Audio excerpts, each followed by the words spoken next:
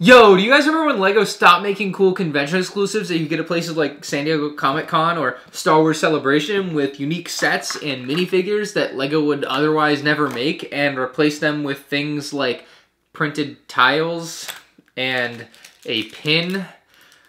I do, because instead of making 3,000 of something and, you know, maybe it wasn't enough when it was 3,000 and doubling that to 6,000 or maybe 5,000 is the right number. It is supposed to be an exclusive that's a little bit hard to get. After all, it's kind of the whole point, and they had done it for well over a decade and a half, and it seems LEGO basically stopped doing cool things like this because it wasn't fair to people and it was too hard for them to get, even though they're not making stuff like this anymore that is now easy to get, right? They just completely discontinued the whole idea of doing cool San Diego Comic-Con exclusives. This was this year's San Diego Comic-Con exclusive. I know it's in bubble wrap because I really like it, but 2008, 2023. How the mighty have fallen. Now, I completely disagree with LEGO's decision to go from cool things like this to lame things like this, but if you're gonna do it all the way, because LEGO went ahead and made something even rarer a couple months ago and created a Lucasfilm employee gift in the Yoda's Fountain, which is a statue outside of the Skywalker Ranch in California, I believe. A very cool looking set that can only be acquired by Lucasfilm employees. Unlike San Diego Comic-Con sets, where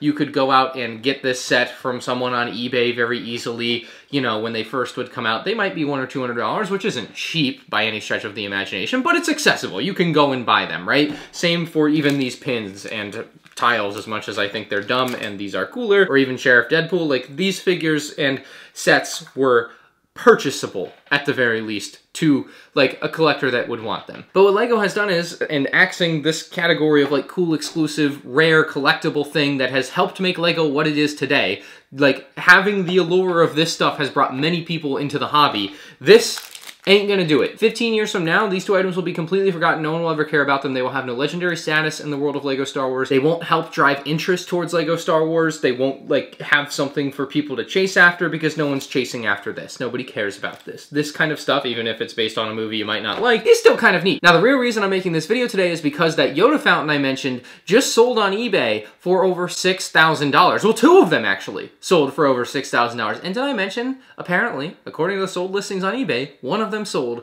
for $15,000. That's not a couple $100 like these would have cost when they first came out, or even nowadays. I think this is maybe $300 or $400. This one, surprisingly, for something from a movie that people don't care about, is like 600 bucks, I think. But still, reasonably, like, for a collector that really cares, you know, acquirable. These things do tend to go up in value over time, obviously, and hey, maybe one day these will be worth $15,000 each and I'll sell them and buy a new car. But the last three Yoda fountains to sell have sold for an average of $9,000 each. I just don't see how LEGO went out of their way to be like, well, we can't do cool Comic-Con exclusives because it's not fair, and then went and did the Yoda fountain for Lucasfilm employees. Look, I think it's a really dope employee gift. All the, you know, Lucasfilm employees that got one should be very stoked to get one, regardless of its monetary value. It's just a cool thing to have. But I'm just really confused why LEGO would go and do something like that when it was important for them to stop doing stuff like Comic-Con and Celebration exclusives that were fun for consumers and fans like myself to try and chase after if they so chose to. Now, given the current price of the Yoda fountain, there's just no way I'll ever own one. There's no way I'm going to pay $9,000 for that. Now, of course, I shouldn't sit here and say that I haven't spent a lot of money on rare LEGO Star Wars things before, because I paid $5,700 for the first ever LEGO Star Wars set,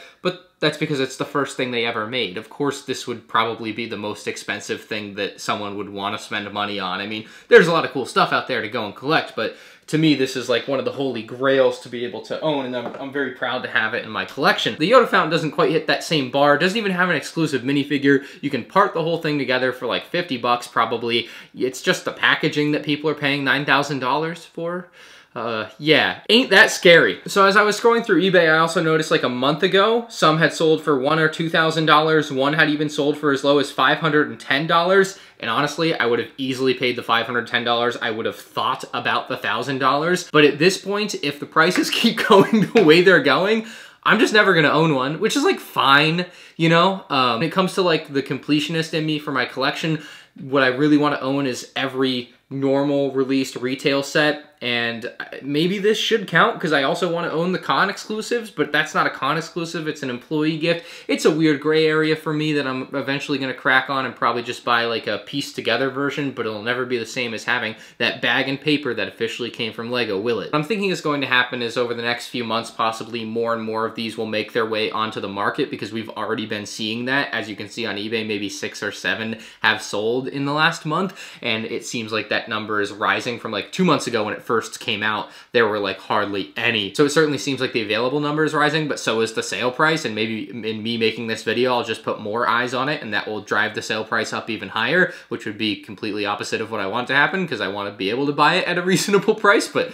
as of now, that's not happening, and there's just no way I'm spending as much money as it's worth right now to get it. So I just wanted to call LEGO out for being on their high horse about convention exclusives and then going and doing this Lucasfilm exclusive, which is cool, and I think they should do all of them, but don't stop the thing that at least most, like, hardcore fans could afford. Like, now we're in the tens of thousands of dollars, like, good used car price. I don't know, I just wanted to get it off my chest. I was just a little upset when I saw how much these were selling for the other day. It just like blew my mind. It's cool that like something that I like can be worth that much, don't get me wrong. It's probably a good thing for me monetarily that something else is worth a lot, because then my things might be worth a lot more. But at the end of the day, you know, that's not really why I started collecting LEGO Star Wars, and that's not why I collect today. I just think LEGO messed up, which is a common theme on the channel. But yeah, I think I have a pretty good reason to think that, and a pretty obvious, you know, way to show that here with what they did. They neutered conventions to go and do the Yoda fountains. Anyway, let me know what you think down there. Leave a like if you enjoyed or didn't enjoy. That way we get all likes. Oh yeah, subscribe! Just watch my Yoda fountain review when I buy one in 5 years after I win the lottery, because that's the only way I'm buying one.